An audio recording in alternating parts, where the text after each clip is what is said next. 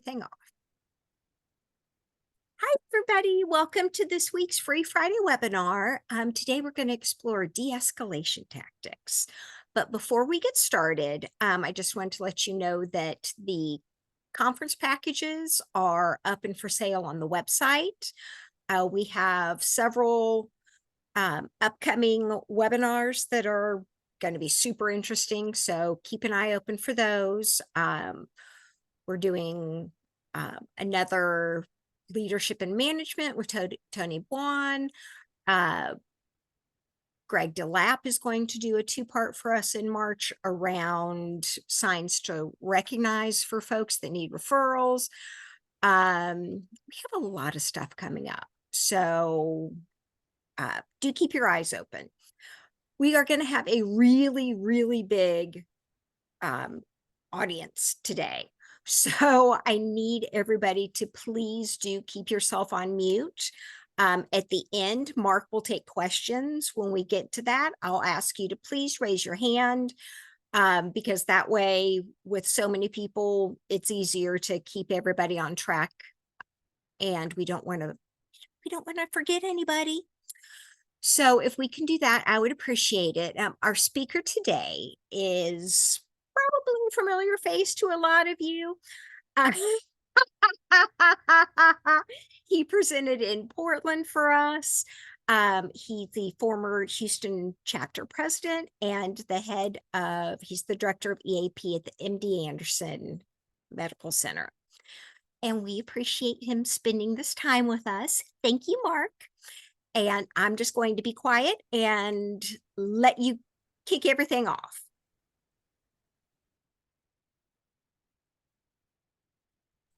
Okay, good morning to everyone. I'm in Houston, so it's still morning. Good afternoon to those on the East Coast. Those maybe in Europe, good evening. If we have anybody in Asia, good tomorrow. I guess it goes. Isn't that the way it works and everything? So anyway, I want to make sure I didn't leave anybody out.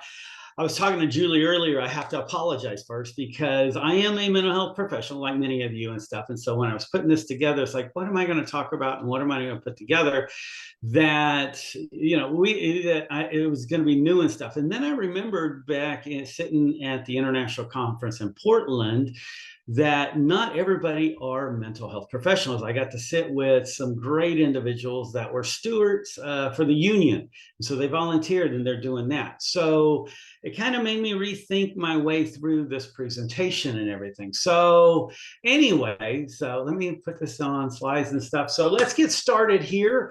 We're going to go through this. I'll open it up for questions at the end and everything. So hopefully everybody can see this. We're going to talk about de-escalation approaches and stuff. And again, some of it may be new, and some of it may be refresher and stuff, but hopefully we're going to get through this. So let's start off.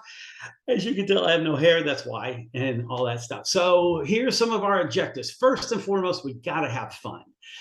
Because I used to teach junior high in another life. I got to have fun in order to learn, live, and all that stuff. So we're going to challenge some of your assumptions. And again, I think about, you know, our blind spots, you know, where are our assumptions and how does that get in the way of our ability to work with others? And especially when we work with de-escalation and stuff.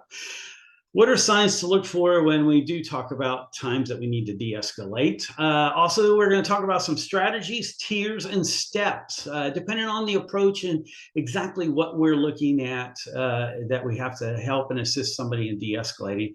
And then we're going to turn it to self-care on you and me. Yes, me included in that. And so that's some of what we're going to discuss here over the next 50 minutes or so. So let's start off with looking at assumptions, okay? Everybody knows what assumptions mean. I actually got this on the internet just this last week, and I really, really liked the picture and stuff because I made a huge assumption when I looked at it. So clear your mind. What is your first assumption? This is a young child in school that was asked to draw a family picture. Okay, so you look at it. So, you know, one of the things that stuck out at me when I started looking at it is, man, they got big eyes. Of course, you know, a child, you know, they emphasize all that stuff. But then my assumption came in is, oh my gosh, they are, this child has these family members and it looks like they're hanging and stuff. And so, again, that was a very bad impression for me. Or was it maybe something else that popped to your mind? But actually, if many of you may have already seen it and stuff, it is actually a picture of a family vacation when they went snorkeling. Now, I'm going to, you think back to it and stuff. If you looked at the very top, they look like bubbles, but that doesn't catch your attention and stuff.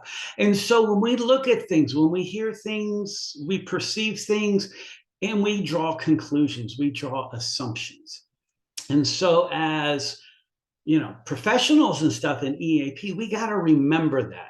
So we have the purpose of serving, and sometimes our jobs are really, really, really challenging. Now, and remember, my first objective was to have fun, right?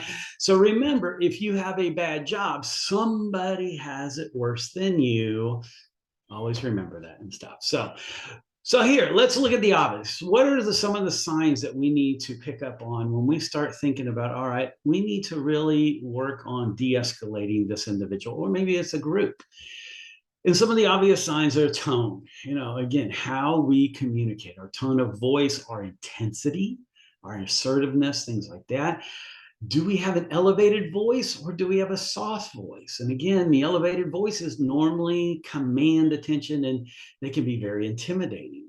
Are we interrupting? Are we talking over people and we just can't listen? Or they're not willing to listen? Kind of argumentative. Again, those are great signs and stuff. And they're defensive or accusatory towards us, towards other people, things like that. And again, it's one of those signs that, all right, they're getting or approaching being out of control. All right, so let's talk about some strategies then. When we look at a situation, all right, how do we approach that? Well, again, one of the key aspects is listening. Listen to what the issue is. All right, not the blame and all this. What is the issue and what is this person that's in front of you concerned about? Because if we can actually actively listen and hear the person, a lot of times that's all they want and they will automatically de-escalate. But if we don't sit and listen and we jump to conclusions and we start telling them what to do and this and that, they're going to shut us off. All right, offer reflective comments to show that you have heard what they are concerned about, not what you are, what they are concerned about. And making sure we can reflect, we can mirror, we can communicate that we are hearing them and their, frustration in that.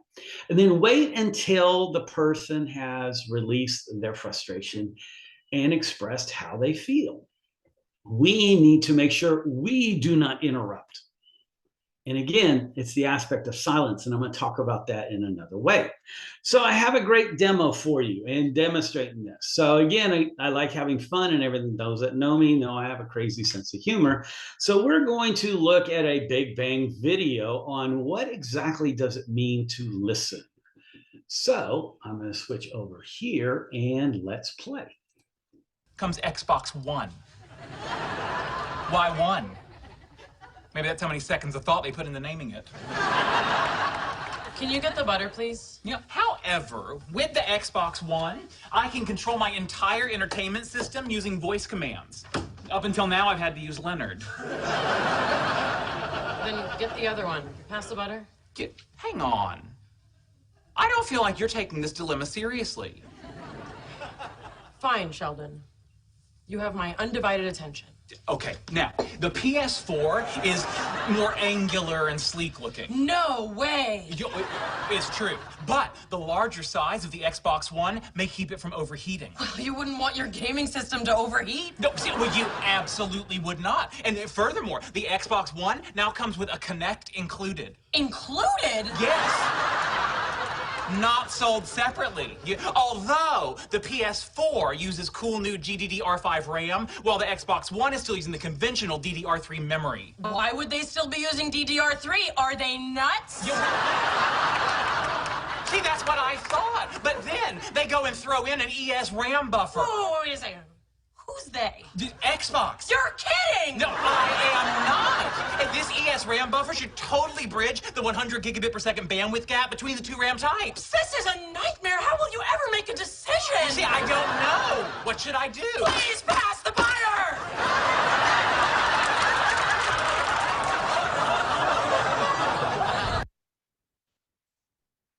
All right. Hopefully you got a good chuckle out of that and stuff. So again, looking at active listening, what does it mean? Do we sit back and do we actually hear and reflect what's going on? And Sheldon's always crazy and all that stuff. So I like using that as an example. Okay, so let's talk about, different situations. What are the 5 tiers? And comes out of Vantage Point Consulting and stuff. And they bring up these 5 different points. So the first point is to speak calmly. If you notice in the demonstration, she talked very calmly to him, reiterated, and when he got amplified, maybe she did and stuff, but she used the right tone, used the right words. Language and words are very important when we talk about working with somebody and de-escalating them.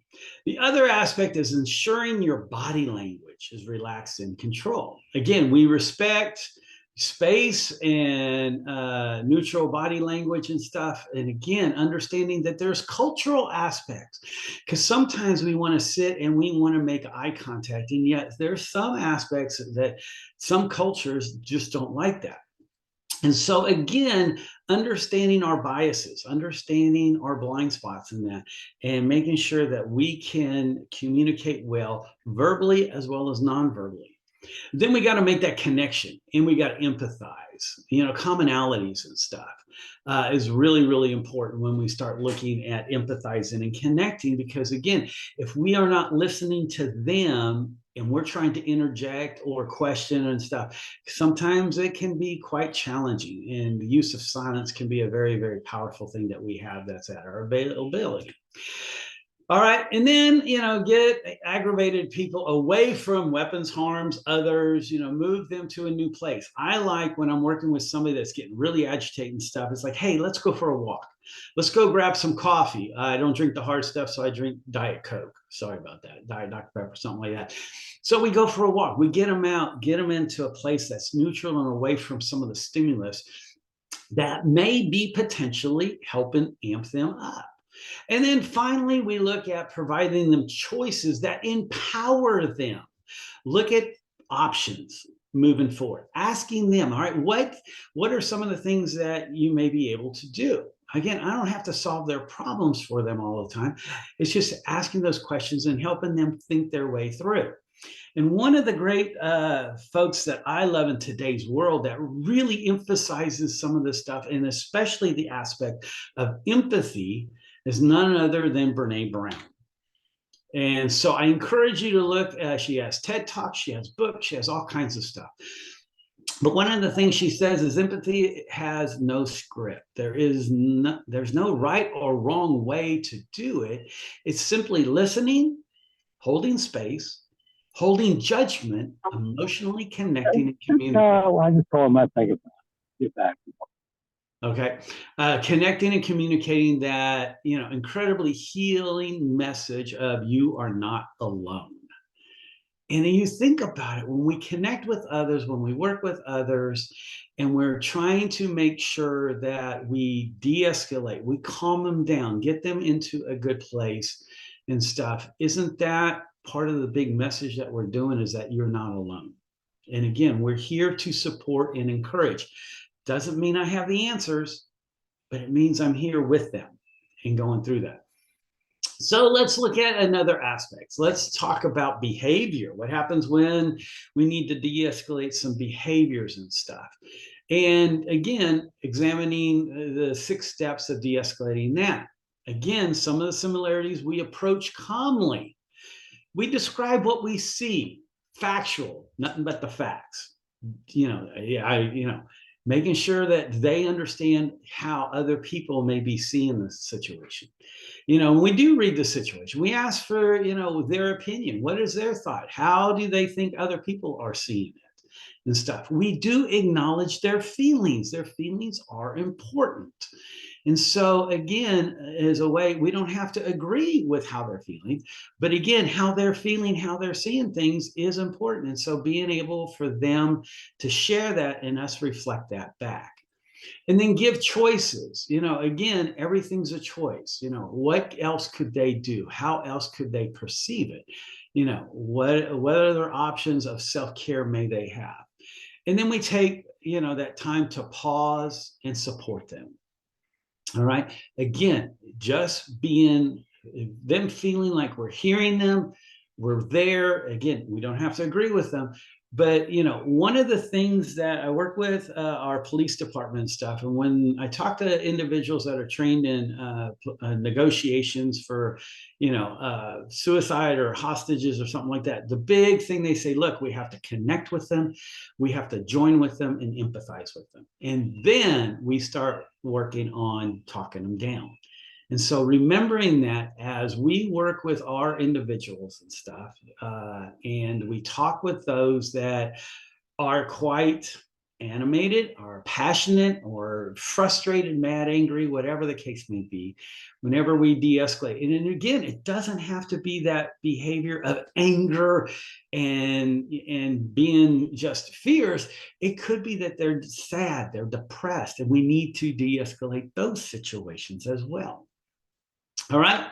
So in that, well, let's talk about what Crisis Prevention Institute talks about, because they give 10 simple tips in this. And so again, they talk about being empathetic and non-judgmental. Again, here's where assumptions and biases comes in. Making sure, again, we clarify, we hear, we reflect, understanding that there may be some cultural differences there. There may be generational differences. I got news. I think I'm a pretty good listener, but my wife tells me I'm not that good of a listener. Of course, I tell her she doesn't pay, but it's like, so we have to understand where our blind spots and stuff. But it could be a gender dilemma, differences in genders and how we're socialized and things like that. So again, try to make sure we emphasize and we do it non-judgmentally as we go through. We do respect personal space. And again, this is a cultural aspect sometimes, not too close yet not too far. Where's the good comfort there? Do we make eye contact? Do we not? Can I make it occasionally, but not stare and stuff? So how are you working and stuff? Is it appropriate to have body touching or something like that? Again, all wild things we have to think about. Using non-threatening nonverbal communication, actions in our behaviors. Again, 85 to 90% of all of our communication is nonverbal.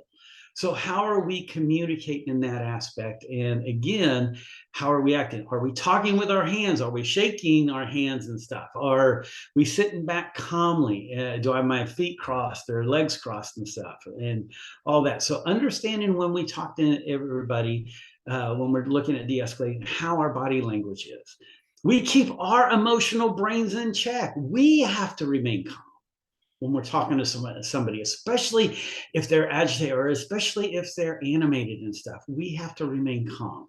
We have to remain rational and professional. And sometimes this can be really, really, really challenging, especially when it's hitting a nerve for us, because we may, not only empathize, we may have that countertransference and stuff. And so keeping ourselves in check in that manner. And we focus on the feelings. That's the heart of the matter. How are they feeling? And so again, it's not about us, it's about them, and focusing, recognizing those and reflecting on those. And then on the continuation aspect is we ignore those challenging questions. They may come back at you with all kinds of questions. And again, we focus on support on them and ways to empower and engage them and making sure that they understand they're not alone, but they do have choices. And so helping them explore that and, kind of let those really bad, challenging questions go. We do set some limits. We make sure we're clear, we're simple, and we're positive in our choices and stuff. Because again, we can use our skill set of asking those questions of, all right, yeah, you could do, retaliatory things, but what are some other things that could be constructive? How could we address this that it's a win-win situation instead of somebody having to lose? And so sometimes we do have to look at our some limitations and setting some boundaries in those aspects.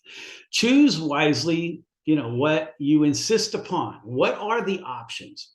Being flexible, helping them think their way through that. Because again, most people do actually know right and wrong and can kind of think their way through and go, yes, I know I am just mad, frustrated, all this, or I'm depressed and sad, and no, that's not a good way of doing it. All right, so let's talk about things. Let's be flexible, think outside the box. Allow silence reflection. And this can be quite challenging. Allow them to think, allow them in the thinking process and being able to kind of come up with ideas and thoughts.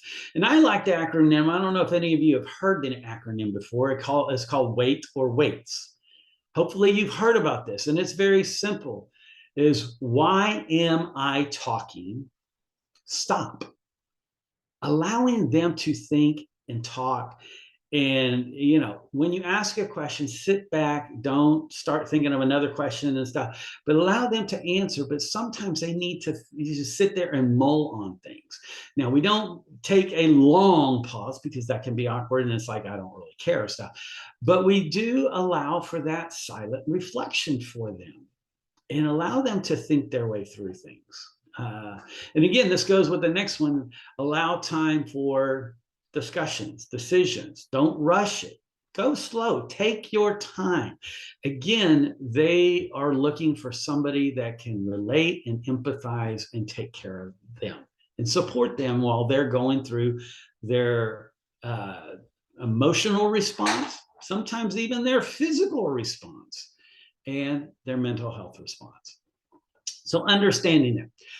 So, all right, we spend this time, we empathize, we take care of them, we support them, we go through and we sit, but then what impact does it have on you and I? And it does. And so looking at self-care for you, all right? So again, it's that aspect of we need to take care of us. And this reminds me of one of the psychiatrists I used to work with and stuff, and, having the martini and stuff. Well, that can within moderation and everything, but we need to maintain rational detachment. It's not about us. And even though the anger and frustration could be directed at us, it's not about us. So we need to maintain control and not take those negative comments and actions personally. And sometimes this can be really, really, really challenging. I know for me, it can be at times. Use positive self-talk. We tell other people to do it, but do we do it? You are not the target of the outburst or the behavior, and you're definitely not the cause. And yet sometimes we can take that on ourselves. And so again, talking to ourselves, understanding we're here to support, to encourage, to empower, and yet sometimes it's not always we don't have all the answers. And again, this goes to recognize our limitations. Being a professional doesn't mean that you can handle everything. Knowing you have support and backup is critical of staying in control for you. And it may be that, hey, look, this, what you're dealing with is very, very important. At this present moment, I'm not the best person to help and support you through this. Here's my suggestion. But understanding our limits and boundaries and being willing and able to detach and get the person to the direction and person that they need. So understanding that, okay? And then looking at the other aspect of, best decisions is to let someone else take over. And this is hard because then we have to look at ourselves as EAP professionals as, I think I can support anybody with anything, and it's not always the case. And again, here's a great quote that I like is, it seems like I am unable to fulfill your needs or questions right now, especially if there's a lot of angers and stuff. Please let me evaluate this, to elevate this to someone else that can help you. And so again, understanding our limits and boundaries in that aspect. Talk to someone else after we have these very difficult conversations and encounters. It will help you. Do you have your support systems and mechanisms? As a mental health professional, as a union steward that works tools and stuff like that. I mean, all of us need somebody that we can talk to, that we can kind of de-escalate ourselves, that we can kind of think our way through and evaluate, all right, what went well? What are the challenges? What can I learn from this? And make sure we get help and support ourselves. And sometimes, there's certain people that are challenged by this. And so please set up that safety net and everything to take care of you. Take a break. Ask for the ability to step away for a few minutes, especially if you find that you are escalating. If you're starting to develop a lot of countertransference or something like that, take a break. And it may be that, all right, you're in a position that you have to work with these crazy situations all the time. When was the last time you took a day off, or you took a vacation day, or took a week or two off just for self-care? Again, the break may be for the conversation, but it also may be for you personally, that you need to step back and we need to practice that self-care aspect. And so that is very, very, very important. And sometimes, we really got to work on disconnecting, having a ritual of transformation. What happens after we get done working with a very, very difficult, challenging conversation? What is our rituals for stepping back? Do we take care of ourselves? Do we take a few minutes, or do we take an hour to process in that before we go in and talk to our next person? Sometimes we may have that luxury and sometimes we may not. But developing and establishing some routines, some rituals for self-care after we have those very, very challenging conversations and stuff. That's some of the things, as EAP professionals, we really need to focus on and work on. All right. So, got another thing here for you. So, what are the side effects of taking care of yourself or not taking care of yourself? So, I have another video that I would like to show here real quick, and look at this.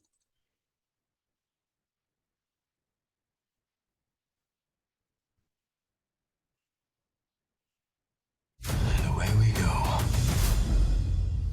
Let's take this house and everything that comes with it.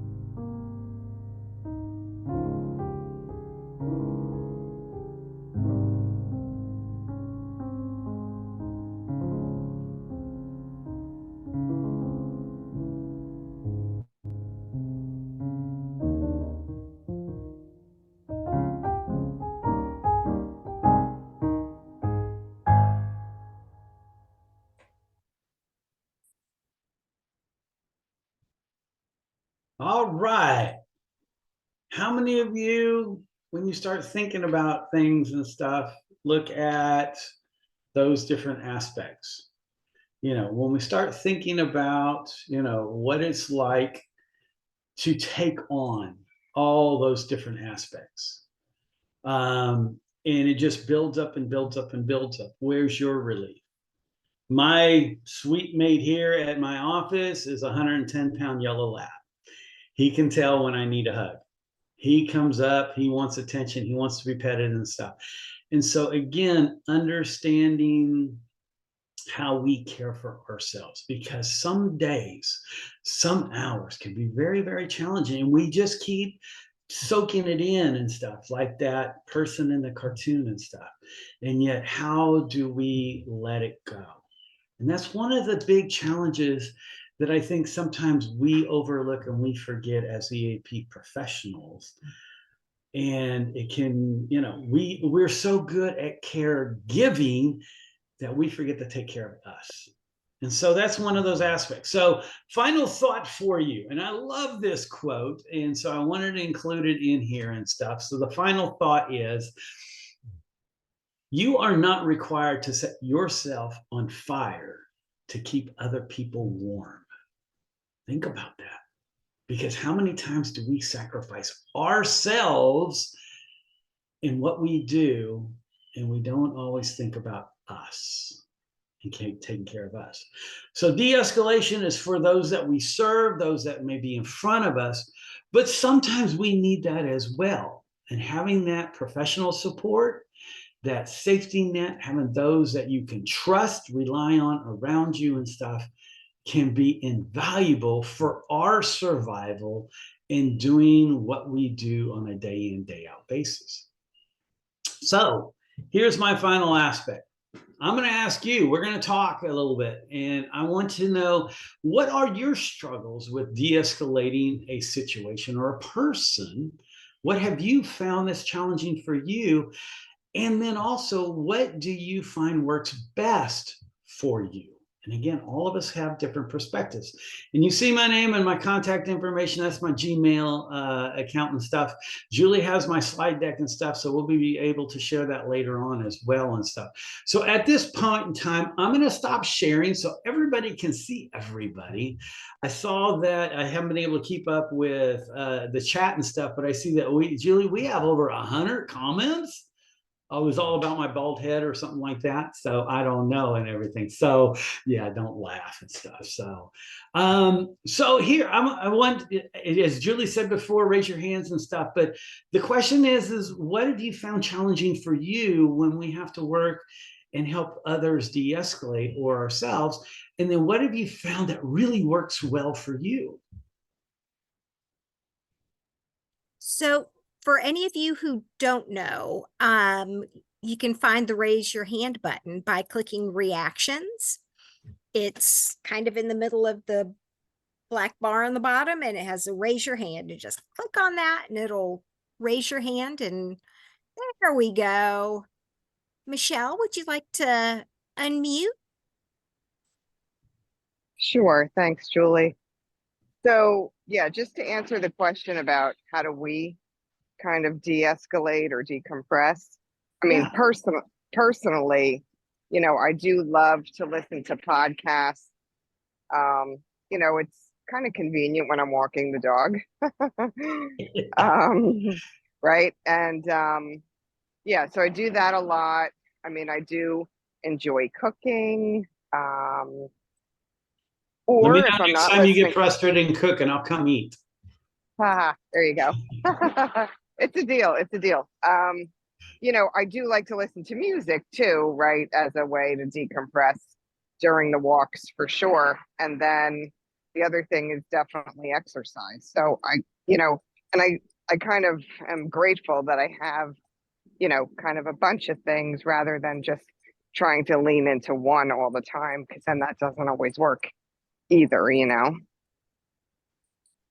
Absolutely. So again, I love your approach that you have multiple aspects of self-care. So I applaud you for that, because that can be quite challenging for us. Right. Yes. Thank you. All right. Well, like Melissa's comment, when people get emotional, sometimes we feel responsible that we have to de-escalate them. And again, with drugs and stuff are involved, yeah, it's really, really tough. Suggestions from someone else. I said, yeah, that's who would like to comment on that when, we have to we feel the need that we have to rescue someone.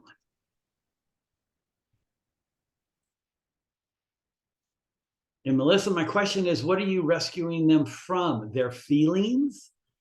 Because I want to, sometimes it's letting them feel what they're feeling and acknowledging that. We have a hand up. Cynthia, would you like to unmute? Okay. Oops, wait. Okay. Yeah, I'm out here babysitting a dog, bear. So I'm in my backyard. Um, well, you know, talk is good, so you listen to people. But one of the things people don't do enough of, because I don't know why, but I encourage it. Cry, cry, cry, cry, cry. Just cry, let it out. But I tell them, do not sit in it. If you're crying for more than 3 minutes or 5 minutes, that's it. You need to stop and go do something else, because you have to get on with your day. But you can also schedule your crying in. You need to just let that emotional energy out. That's my answer. Works for me. It's cleansing. So there you go. And make sure you hydrate after you. There you Okay, go. that's it. Very good. Very awesome. Thank you for that. Gary.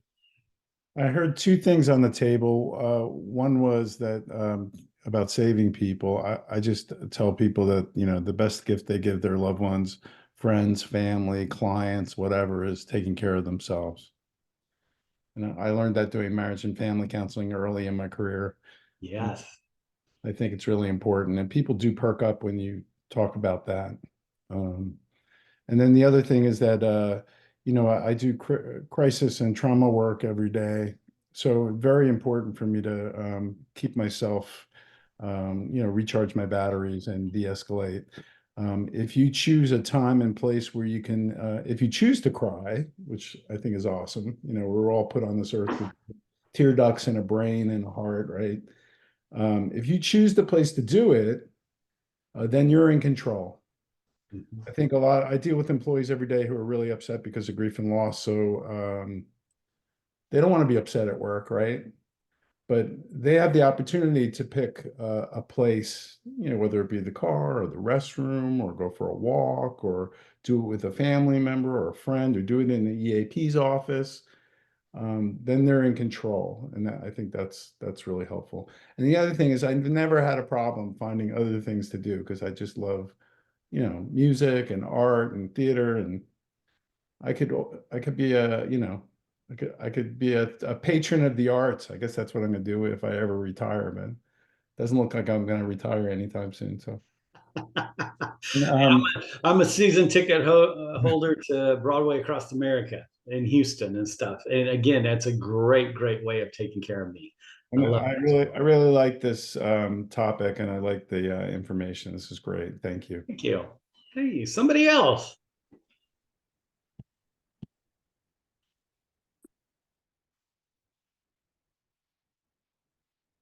Taylor, is that Taylor? Talia, like Talia Talia. Shire from the Rocky Balboa movies. All right. No, I love this. This is such a timely discussion, and I know we're kind of talking about de-escalating from an EAP perspective, but so much of what you're saying just kind of empowered me to help empower supervisors, because a lot of times those soft skills, they're reacting to their supervisor in the moment, and the supervisor's coming to me to kind of decompress themselves. And so it's kind of cool that the more we learn, the more we can do a supervisor consult to really empower them with some of those skills in the moment. And that, last point you made of know who your people are and get help when you need it. It's like they were saying, let's go for a walk, and maybe that's to the EAP, and making that introduction. So I just had a comment. Great discussion. I'm using it this week, actually. Good. Awesome. Thank you. Melissa says, her British roots are coming out. I love this, the cultural aspect, the cup of tea. It's like very good. I like that. Thank you for sharing that. Lisa, did I catch you in mid-bite? I did. I love it. Gotcha. Okay. Sorry. Along the same lines that other people mentioned, so when I'm in the office and I have back-to-back visits, I will try to end a session in time to just do a lap around the office. Just getting some steps in there and clearing your head for a moment can really help refocus. I'm also a big proponent of tea. It's a nice way to little decompress. And of course, I have a dog at home when I'm not in the office, and she's a big stress reliever. And so going for walks outdoors when possible, and any kind of sort of the end of the day or the beginning of the day, trying to fit in some sort of physical exertion. I do find that sweating it out really is healthy for me. Absolutely. Absolutely. I appreciate it. Yeah, I've got the dog. If you can't tell, one of the things I like to do is I like to travel and I love to take pictures. If I could ever become full-time photographer, I'd love it. And this is, if you want to know, this is two lighthouses, the old one and the new one. And it has some symbolism and stuff. And Julie and I talked about that and stuff. But this is in Mallorca, Spain. Coming from the Mediterranean into one of the marinas and stuff. And so, yes, again, that's one of the ways I take care of me and stuff. And so, again, each of us are different in those aspects. So, Marilyn.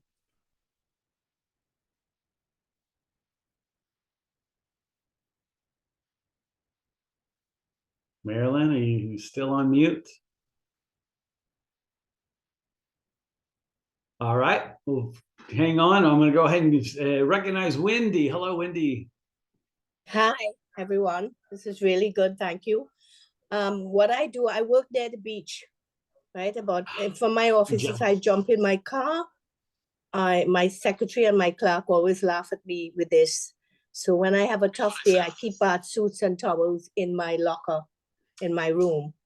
And I go to the beach, I swim. There's a restaurant there, there's showers, and I put on my suit after I swim. I take off my suit, I leave it in the shower room on the beach.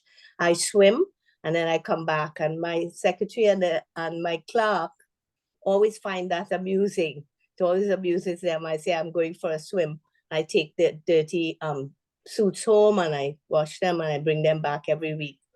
And that helps me a lot. And I come from a family of 9 siblings. So that is very important. I can talk to any one of them, at any time and we connect. So that's what I have to say. That helps me. I live in the Caribbean, so that is a wonderful opportunity to just go a few minutes to the Caribbean beach, the Caribbean Sea, which is always calm and blue and clear. Absolutely. I'm jealous. Right. I'm jealous. Well, welcome I know. from So the a lot of Caribbean. people are. International. I love it. I love it. So yes, here not too long ago, I went to Puerto Rico with my wife and stuff. And one of the funnest things we did in the Caribbean is in Puerto Rico, they have one of the small islands. They have the largest luminous bay that we went and kayaked at night, and it lit up all around us, and it was fantastic. So I love the Caribbean. So thank you. Thank you for speaking up. Somebody else, how do you take care of yourself? Or what are some of the biggest challenges you faced? Wendy. Oh, we just talked, right? All right. I don't know your first name. It's Heartland. You're on mute. Sorry, it won't let me change my name. So I'm Heartland. That's okay. One of the biggest things, so I supervise a large area we're 24/7 mental health crisis response. And the big thing that I do for my staff is to change their clothes the second they get off work, so that they are getting rid of everything, that visual part of changing out. And even if, just to not be present in what we wore all day and dealing with people in crisis and in those moments. And that has been reportedly huge for a lot of people. We actually started that with law enforcement when we were working with law enforcement and really assessing how long it took for them to get out of uniform, whether at the department or if they came home. Like our deputies have their cars at home. And we noticed that a lot of deputies that were not decompressing the day were starting their evenings with their family still in uniform, just kind of going into the family dynamics, but not changing. And a lot of that was because they weren't ready. And they hadn't had processed the day. And so we started doing a lot of that training with law enforcement about getting rid of that uniform, and really have now pushed that with our crisis team. And it's been huge. Something very simple, but that you don't think of. And then kind of the other thing about saving people, we rephrase that a lot of, you're just providing people with tools to help themselves. And really, we compare it to the airplane. If your airplane's going down, that nice stewardess tells you to put your mask on first because you can't help someone else if you can't breathe. So we actually use that even in a lot of crisis calls for people that are just overwhelmed themselves helping others. And it's just an analogy that people understand. So we really push that. We're just giving tools for you to be successful and to work through, and really trying to discourage staff from feeling like they have to save people. Absolutely.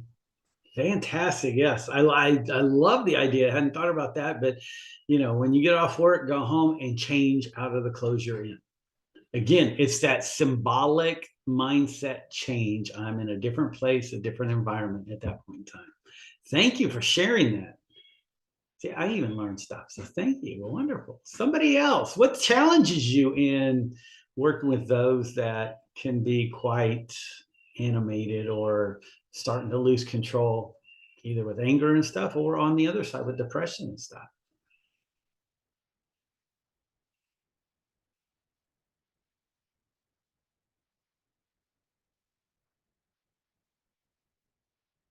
Nobody else.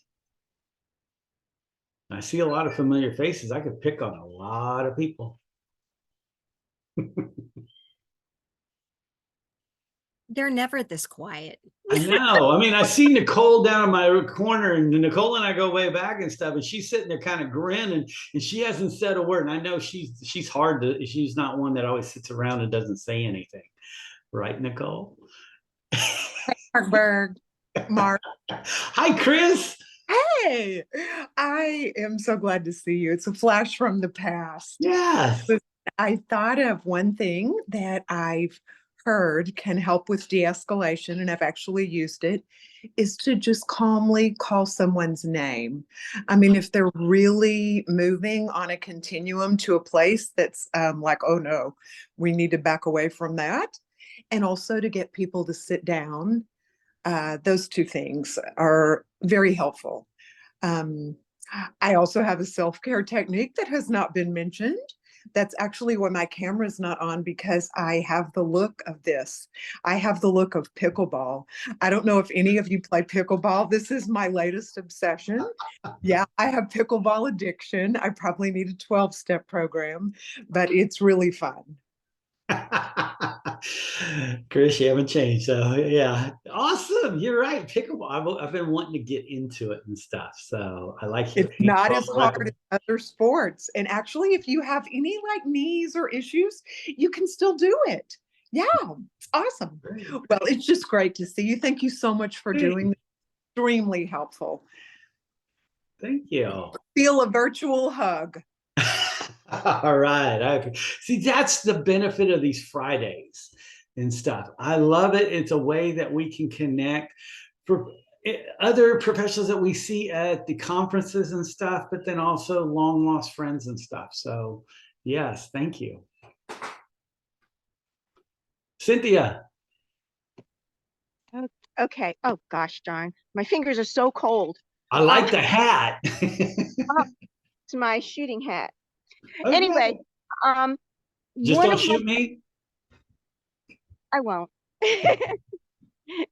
One of my pet peeves are when people tell me it's going to get better with time, or it's going to get better. It's not always going to be this way. And there are different ways to say that, because sometimes you need to be sad, and you need and you're going to be, it's going to be on your own time.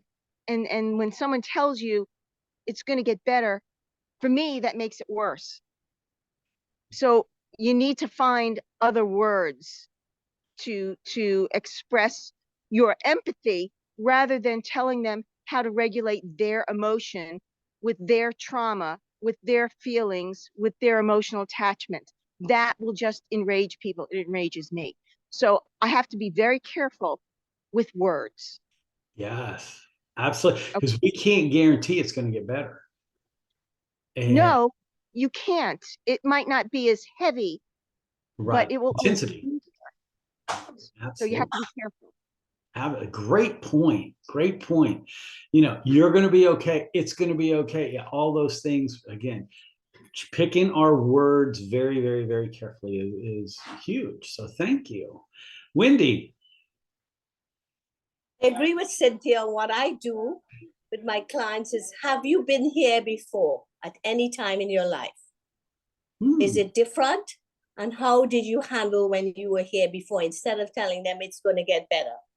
And if I see them like a second session or a third session, I usually say, is it any different from when you first heard this news, or the accident first happened, or the incident first happened?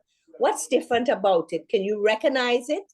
And let's stay on that moment for a little while and see what techniques you use for it to get. And I agree with that. Not or another thing is, some people say, God don't give you more than you could bear. Or don't worry, God is going to take care of this. Pray a lot, and He's going to take care of it. And it gets a lot of clients. I don't do that. I don't bring religion into my counseling. But certainly, you have to be aware of what you tell somebody when they're. To me, you're minimizing what they're feeling and their thoughts when you start to say, and you have to look at yourself as somebody who's listening, and realizing that you may be in denial, you don't want to hear it, you want it to be solved quickly, and all those things go through your head. That's my contribution. Absolutely. Thank you. Absolutely. Yes, I do my very, very best to avoid any kind of religious tone, inflections, or anything, because we don't know what the other person's spiritual thought or, this thought is. And so we bring that up, and then we're setting ourselves up for big trouble. Thank you. Yes, absolutely. Keep that in mind. All right, we're getting close to time. Any other final comments or anything? Again, if you want there's some fantastic podcasts out there on, again, iTunes and on, YouTube and stuff. Brene Brown, I'm sure everybody listens. She's a colleague at the University of Texas, Austin, of mine, as well as University of Houston. She puts out lots and lots of great things and little cartoon snippets and stuff as well I like to use. But there's all different kinds of things. But if I could leave one parting piece of wisdom, we are all human. We are all vulnerable, just like our clients are. And if we're not willing to recognize that and take care of that, again, it's awfully hard, as one of the comments in the chat box says, is it's awfully hard to pour from an empty cup. I never look at it as a cup as half full or half empty. All my cups are refillable, no matter what. And so take care of yourself today. Take care of yourself tomorrow. Those on the West Coast, make sure you don't float away with all the rain. Those in the mountains, I hear that there could be 4 feet of snow coming at you and everything. I just talked to a faculty member that's afraid they're going to get snowed in and stuff. But do something for you. Prioritize yourself. You have to be priority number one. And for us that give and give and give every day and so much, that is really hard to do. So that's my words, my parting shots of wisdom and stuff. Thank you. If anybody has one last comment and stuff, raise your hand. If not, Julie, I'm going to turn it back over to you. Thank you so much for sharing your part of your day today with me and all the different comments and stuff that we've received. Thank you so much. Thank you, Mark. This was tremendous. I can tell by the way that my email is already exploding that your slides will be distributed far and wide. So thank you again. This was tremendous. Just a reminder for folks, next week we're back with Wellness at Work, which should be interesting. And just a reminder that the conference package recordings are up, and any free Friday webinars that you have not registered for, I think we have just about all of the registrations open. So please do go take a look. And I will see everybody next week. Thank you so much.